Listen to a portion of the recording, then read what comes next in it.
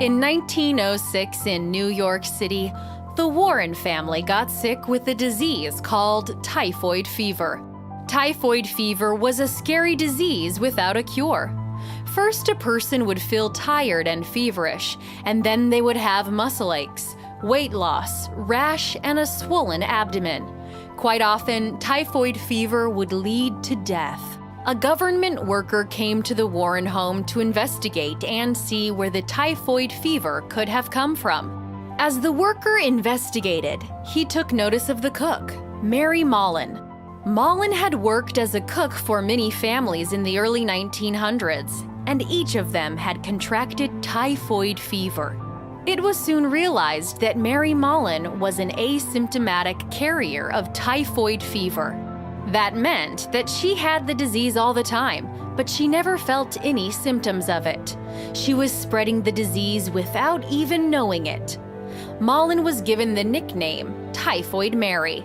Doctors and scientists were very intrigued by Mallon and wanted to examine her, but she would always refuse. There was even an instance that she chased away doctors with a carving fork. Eventually, she was arrested and sent to a prison. Doctors were finally able to determine that her gallbladder was where the dangerous bacteria was, and they offered to remove it, but she refused. Mallon was sent to live in a quarantine hospital on North Brother Island in New York. She lived there for 3 years before she was released.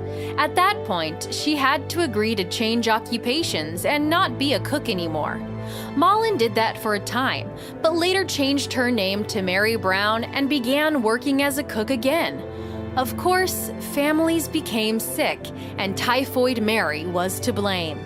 Mallon kept running from authorities as she went from job to job, and people became sick.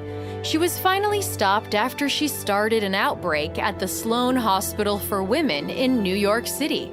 Mallon was quarantined for the remainder of her life. When she died in 1938, an autopsy revealed that she did in fact have live typhoid bacteria in her gallbladder.